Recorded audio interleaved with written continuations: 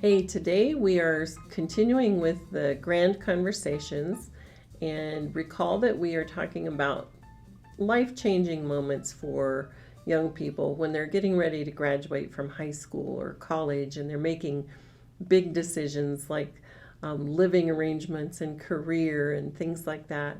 It's an exciting time of life, and we want to take every opportunity we can as grandparents to talk about and help them if they're willing to hear what we have to say. So today we're going to talk about navigating career and other life challenges, and really emphasis on the challenge here, because finding the right career, making many of these decisions does involve challenge. And one of those starting points as to why this is so important, why this conversation is so important, or some of these conversations on these topics are so important, is that challenges come into every life. Have any of you gotten through life with no challenges? I can't see you raising your hands, but my guess is that none of you are. I know I have experienced my own challenges. I've watched my kids go through theirs, and we're starting to see grandchildren have their own challenges. And so it's just part of life. It's reassuring for young people to know that. And if you can tell them that up front, they may not believe you, but they may in time remember that you said it and feel some reassurance and some comfort that they're not the oddball that has a difficulty in life. We all have them. I remember one time when our children were in middle school, there was a problem, and the principal had called, and I was just, oh no, my children, my son couldn't have done anything like that. And I went in and I was so worried, and he started the conversation by saying, everyone has difficulties with their teenagers. And it just was such a relief to hear that and to say, okay, they're not looking at me like I'm a bad parent. These are kids being kids and spreading their wings a little bit, and they may need to be clipped a bit and corrected, but this is a natural part of life. There are challenges that arise, and the adults around a young person can help them navigate those challenges. Learning to cope, that's a phrase that'll come up a little bit in our discussion today. And people need to learn to cope with the challenges. If we fall apart when something happens, it's hard. We'll backpedal, or we'll get stuck at certain points in life and not develop fully. And that's sad to see. And maybe you've seen that in people that just let some crisis really destroy their confidence in themselves. If we can help teach our young folks to cope, they will get through life much better over the course of the years that they live. It's probably one of the most important life skills we can help them develop, is to learn how to cope with challenges, how to make good decisions, which we'll talk about in another video coming up. So how do we start this particular area of conversation? First of all, consider the timing. The best time to talk about how to handle crises is not always in the middle of one. Or if there's a big challenge in their life, it's not always in the middle. There may be enough emotional stress and trauma in the moment of crisis that's the hardest time to teach. It's more about getting through it. But if you can anticipate and help a young person build some of that confidence and a methodology to deal with challenges beforehand, that's when to start this conversation. Consider the timing and anticipate as much as you can, and then have some conversations. Say, these things will come up. Here's the structure I've used in some of my problem solving. And if you have something come up, I'll help you. We can talk about it then. But know that every human being goes through troubles and trying times. And then study coping strategies with them prior to some stressful events.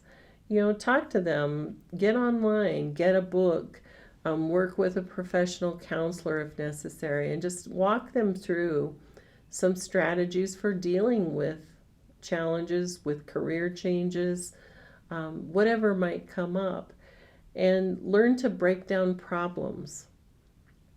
Help them to really analyze pros and cons. As simple as it sounds, one of the best coping, decision making, stress relieving processes to do when we're making career decisions or facing some other challenging decision is to make a list of pros and cons. If I do this thing, what will be good about it? What will be bad about it? How do I feel as I see that list developing? I've done that multiple times in my lifetime, and it really is amazing that when you start putting pen or pencil to paper and you write things down, usually an answer becomes much more clear. If your cons list is really long and your pro list is short, then maybe this isn't a good decision to make, and vice versa.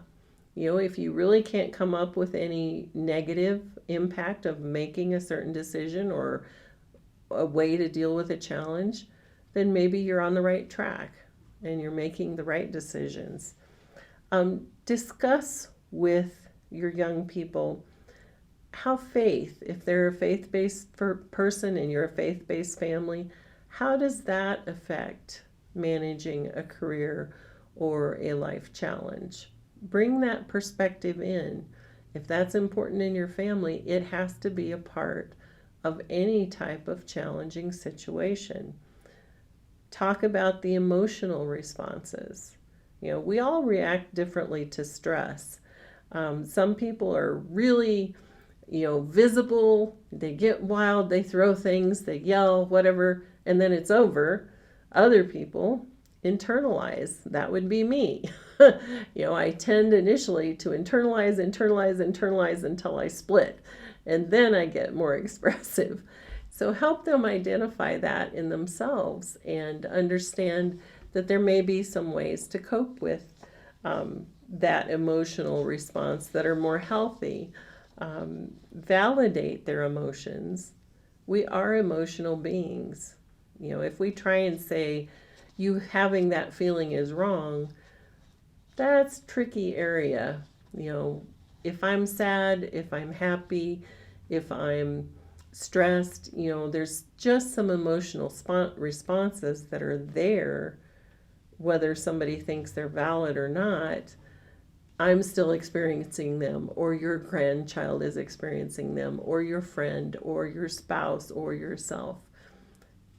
It's what we do with them while we're experiencing them. How do we manage them in a healthy way? Talk to your grands about not dwelling in negative places. I think if there's one sad thing I see around me right now in our current culture is just the negativity. And to see young people coming into that so heavily, don't steal the hope away from your grandchildren. Do everything you can to give them hope, to give them courage to go forward in the face of challenges. Don't make the world a hopeless, negative, ugly place. Give them a real look at life, but then give them a guideline and a structure for seeing hope even in the midst of difficulties, and to not dwell there and become unhappy people. Teach them, one of the ways you can do that is to inventory the good in their life. And I do this with myself once in a while when I get down about something. I will literally pause and start reminding myself of what's good in my life. And you know what? When I start making that list, usually what happens very quickly is I say, I don't have much room to be unhappy. I don't have much room to complain, because there are so many good things, they far outweigh the bad. And for many of us, I think that's true. So encourage your grandchildren to learn how to do that on their own. and then demonstrate how to navigate. Our grandchildren will see us in moments of stress and in difficult times, so we can demonstrate to them. Don't hide every difficulty from children. I know sometimes people kind of take that strategy for child rearing. It doesn't help them learn how to deal with problems. You don't want to overload them with every problem you have, but they do see it.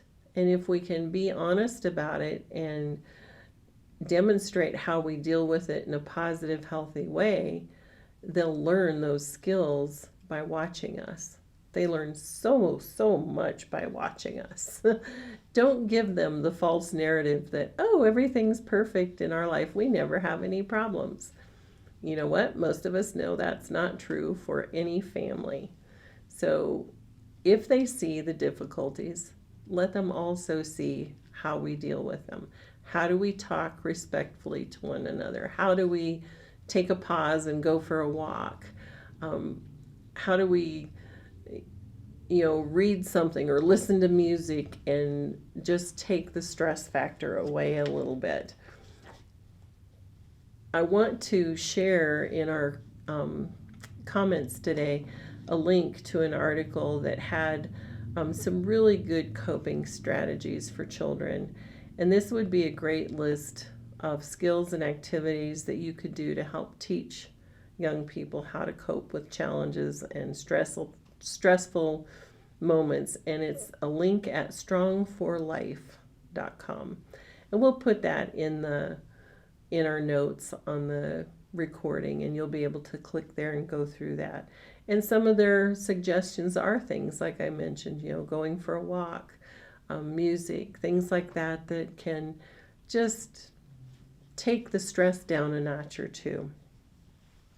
What if the young people in our lives don't want to talk about these things? That won't ever happen in my life. I know that's a thing probably all of us have done as a young person. I'll never do that. That will never happen to me. And then sure enough, some of those things do happen because life happens. Maybe spend a little bit of time, bringing up some hypothetical scenarios and asking them how they'd respond. Get them thinking. If they're young, play games about some of those things and see what they do, and then kind of navigate why it's a good response or a bad response, and how to do the best, how to make the best response to various difficulties. One of the activities that I think, I've mentioned this, but I want to mention it again as an activity that you encourage, is writing a life inventory of what's good and what's difficult. It's kind of like the pro and con list that we talked about as far as dealing with decision making and challenges. What's good and what's difficult? It does us good to at least think through that list, but to write it down is really powerful.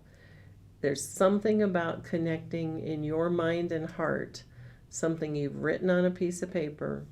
It has a really powerful impact. So have some fun with this. Even though we're talking about difficult things, walk through with your children before crises develop or before some of those challenges arise. Walk through some ideas with them.